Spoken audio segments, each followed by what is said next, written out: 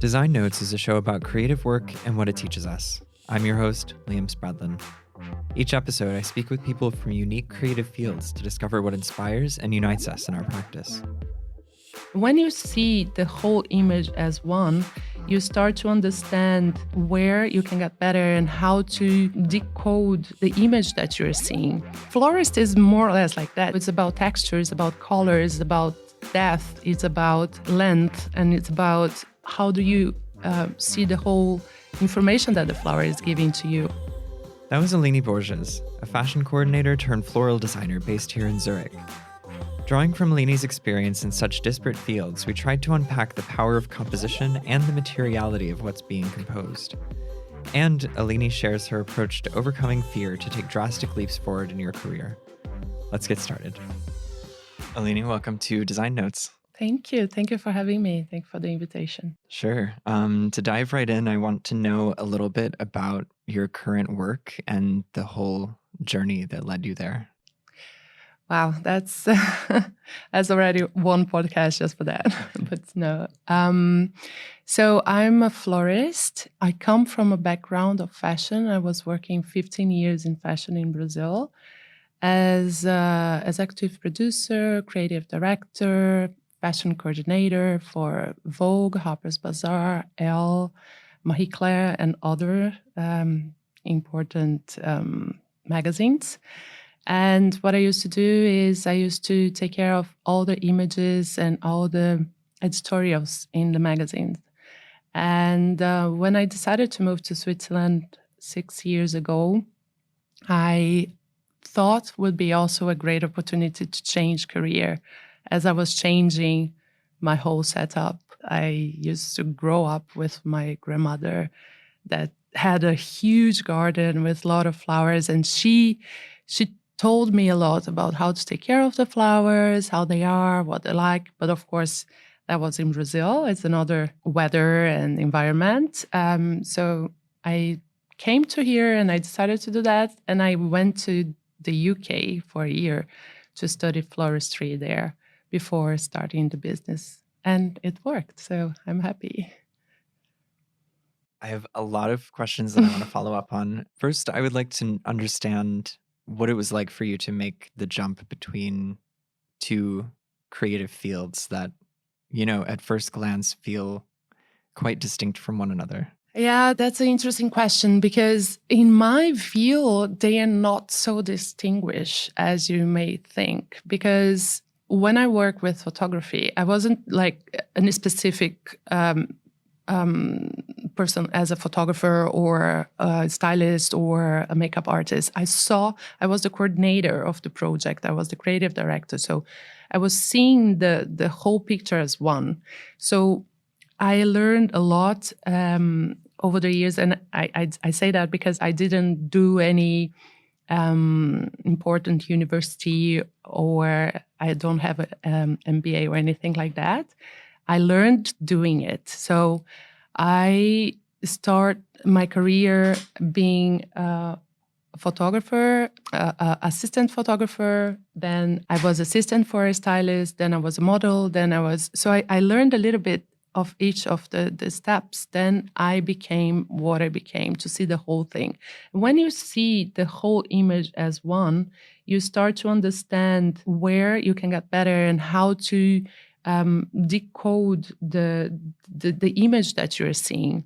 And florist is more or less like that. You need to understand what you are working with, and then you need to understand what is it that you're seeing. So it's about texture, it's about color, it's about depth, it's about length, and it's about how do you see the whole information that the flower is giving to you all together, how they combine together. So it was not that difficult, the jump.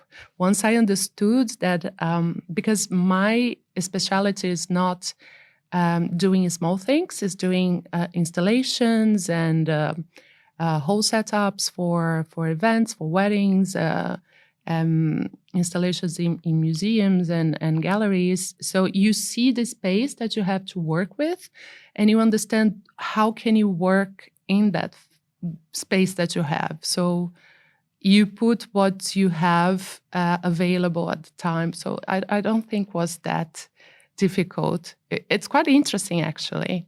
Right. It strikes me as you're talking also that in both cases you're working with living subjects who are dynamic entities. Yeah.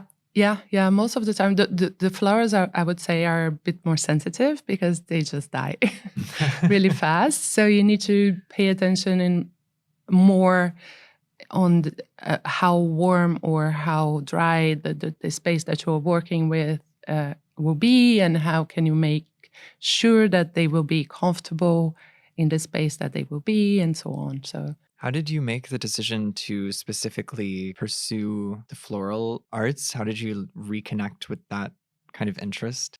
yeah, so it sounds a little bit like crazy, but I was really doing researches when I moved in here. I took kind of like a sabbatic time to understand a little bit the environment that I was in, and to make a research of the city and the country, because I moved to Switzerland, like I didn't know Switzerland at all. I knew from Brazil, but I never been here before.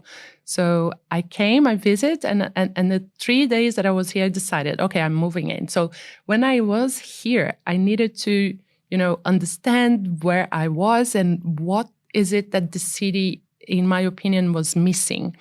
And one thing I always thought as myself, what is it that I would like to have that I cannot see it here? So I thought as a client, and I said, oh, I would love to see, to have a nice store that I can buy beautiful flowers like in the English style, because in my opinion, this is the style that I could consider the most free style, that leaves a little bit the flowers the way they are in the nature.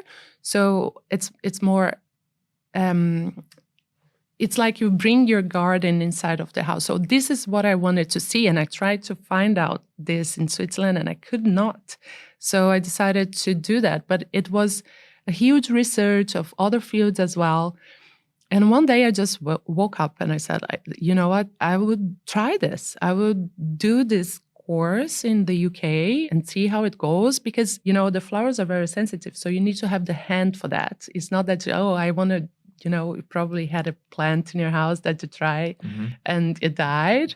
So they are very sensitive. So you need to see as well if you are good working with them and if they allowed you to do this with them. So I just decided and I pursued and it worked for me. So yeah, that's pretty much how was it. Yeah.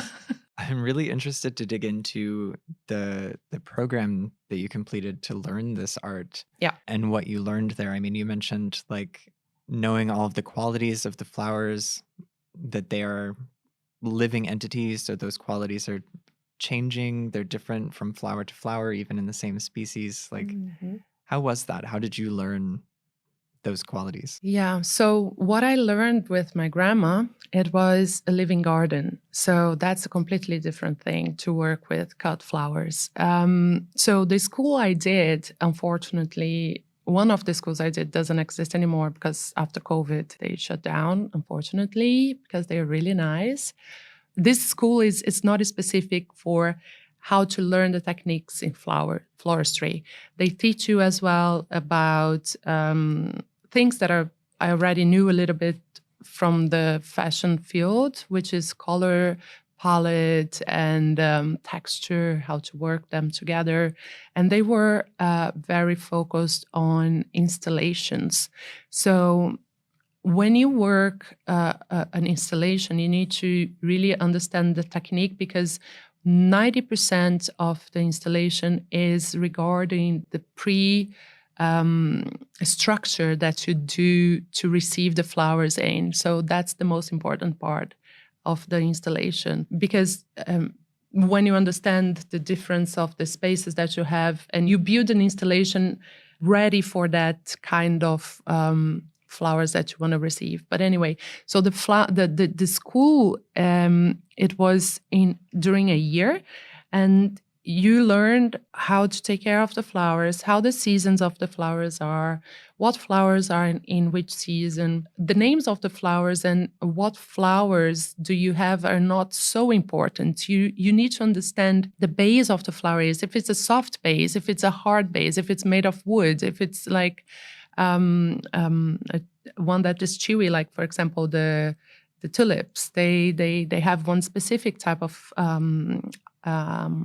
base, and as a hydrangea, for example, that is a little bit woody around, and you need to cut it. So they teach you how to take care of each of these type of flowers instead of like, okay, let's look at the tulips. How do we take care of tulips?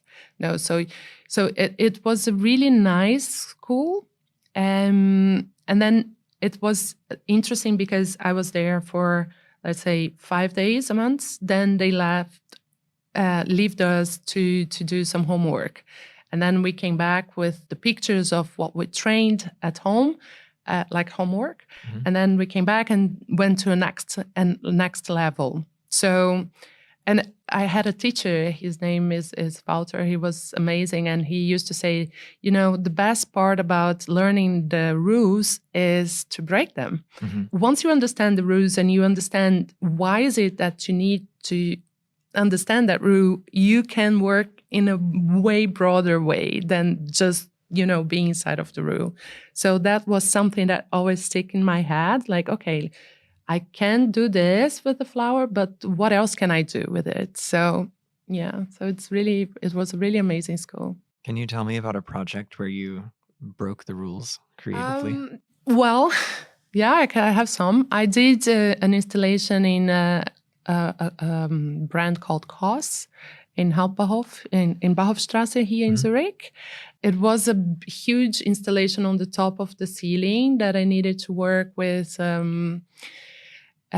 baby breath, which is a little tiny flower. But my intention was to build like clouds, look like installation. So I was working with, I would say, 3,500 stamps of it. And while I was working, I learned how to do that installation in a way in the school.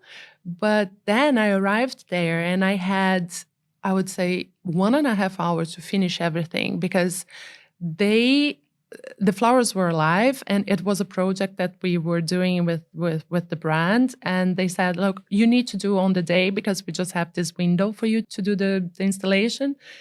And after that, the store would be open for the public. And you need to be here to tell the people what is it that you did and everything. And it's like, okay, that's not going to work. I cannot work with this structure.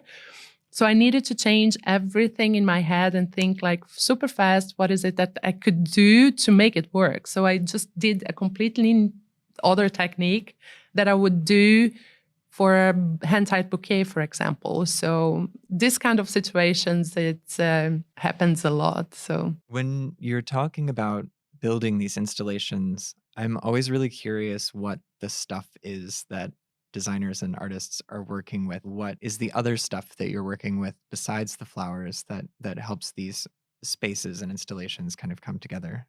Well, it really depends on the project, I would say. I have a right arm person that I work with that understand my way of working. So when a project coming, we kind of have a chat, and she gave her point of view and I have mine. But it really depends on how much weight do we need to carry, where is it that it will be, how long we will have to make the installation. This will define the size of the crew, but it's not 100% florists. It can be, hands-on people that want to learn as well, because I am a person that I learned everything doing. So I do believe that people that want to learn things, they want to learn doing as well. So I get really a lot of people that just want to, I received a lot of CVs and people, I would love to be part of one day of one installation that you do to understand what is it that you're doing. I I invite these people sometime, but of course we have the professional people and sometimes even companies to build the structures depending on the size of and what we are talking about. If it's a huge project or if it's just a store, or it depends. But it's all kind of people. I'm not in the box with that at all. Yeah. I'm still thinking about how the flowers are alive and the kinds of design constraints that places on you, as well as the fact that, like you said, you prefer to work with the flowers like they would be in nature. And, you grew up learning in a living garden. How do you think about the ways that you're kind of recontextualizing the flowers, like the natural world, into the built environment or into some other situation where you wouldn't normally see them? How does that influence the work? I think that the flowers, they speak to you. So when I'm doing something, I look at them and I let them speak to me. What is it that they are telling me on that space? So when you see a garden, even if you see, for example, a natural garden, like a wild garden, that's the word. You see, for example, a little bit of roses here. You see some other flowers there, some hydrangeas in the other side. You don't see them all like mixed around. They all come a little bit together in bunches. So the things I want to always think about is how I would see them in the nature and how I would see them put together in a way that they look like that they were in the nature. So I try to put the same stems of the same flower together with the others. And I heard this from a friend once. It's like an organized mass, because it is. But also the space that the flowers will be, when I know the space, they influence a lot. So it really depends on the day as well, the mood, the season that we are in. It's really an organic work. So, for example, I prefer to choose my flowers that I will work with, looking at them, and not just buying some flowers randomly. I choose them. They speak to me in that time. The ones that I will work in that period of time, which is 2 days, because they cannot be more than that. It's all connected to each other. It's very organic. And sometimes it could be that first thing that they do is that, okay, we will have the focus flower and then we get the secondary ones. But then we have so many beautiful flowers together, then we want to put them all together. It works as well, because what we learn in school is that we need to have a focus flower, which will be your main flower that you will work with. And then you need to work with the round flowers on this first flower. But I don't think this is nice. It's like all the flowers are important. Why do we need to have the secondary flowers? Why we don't put them all as important ones? Because that's how they are in the garden. So that's more or less how I think in my head, but it really depends. It doesn't have a formula for that. I'm also thinking about, the work that I've seen from your studio. I guess I'm thinking about the relationship of the work to the specific place where it's happening. So in this case, we're in Zurich. Yeah. I feel like a lot of your work, I've seen flowers that, Switzerland has a lot of wildflowers. But I'm seeing ones that I might not necessarily be exposed to any other way. And I'm curious how you think about that, like the flowers that you're bringing into the environment. It's a symbiosis connection. It's more like a visual connection to me than a thinking process. And I also believe that when you think too much, it doesn't work. You need to see it and you need to feel it at the moment. I don't know how to explain that. I think creatives understand what I'm talking about. It's more like, okay, I like this. I don't know why. And I don't know if it will work, but I will try it out. And in the beginning, it was a lot of trying and some errors, of course. But after a while, it just becomes something very organic, very automatic. I can't explain. Yeah, it makes intuitive sense. I'm also realizing on the show, I talk to a lot of folks who do all kinds of creative practices, design practices, art, but I'm realizing that your specific art has something that can probably never be expressed in other disciplines, which is fragrance. Oh, I'm thinking yeah. about the fact that flowers, beyond all of the visual qualities that we've talked about, also have a fragrance. Yes. And I wonder if that's part of your thinking, how you feel out the flowers, what impact that has. The good thing about cut flowers is that they don't have much fragrances. And we normally try to avoid the fragrances because people have normally allergy of the pollen because the scent comes out of the center of the flower. I work with small farms and, of course, big ones because when you work with cut flowers, you need to go for quality. And to go for quality, you need to go for professional farmers that work with cut flowers. So they already developed the flowers without scents because of people that don't like the scents. And it's, as my bouquets are normally, you cannot choose the flowers that you're working with. And my clients need to trust and in what I'm doing. I try to make as best as I can to, of course, not give them something that will give them allergy or fragrance. But I had situations that I worked, for example, with a lot of roses together, and it could be challenging. And I think the fragrance subject, it's something really interesting because we are not there yet to decode fragrances and smells as we are with images for how is pleasant to everyone. So I think it will be very interesting in the future to see how it will be developed, but we don't try to not work with the scents as much as we can, Right. to be honest. It's like a whole other dimension of It's the flower crazy. Yeah, that has- because it's very sensitive. It's like perfume. You don't have one perfume that everybody likes. It's like even the flowers, you don't have one flower that everybody loves. Yeah. I mean, peonies, I would say, is the most loved one. But even though they can have a scent, it's a very strong one when is it there. So it can be disturbing, actually. I think there's an aspect of your work that certainly, as someone who worked as a freelancer at one time, and I'm sure many of our listeners as well, will be wondering like how you successfully entered this new field and set up the business and are able to market it and, in my opinion, be really successful about that. I mean, we were speaking before the show about your website and how the aesthetic of it is so tight because, again, you have so much experience developing these aesthetics and managing all the different parts of an installation, which, in the German language, I think metaphorically, the internet is like a room that we walk into. So I would consider a website to be a space as well. That's true.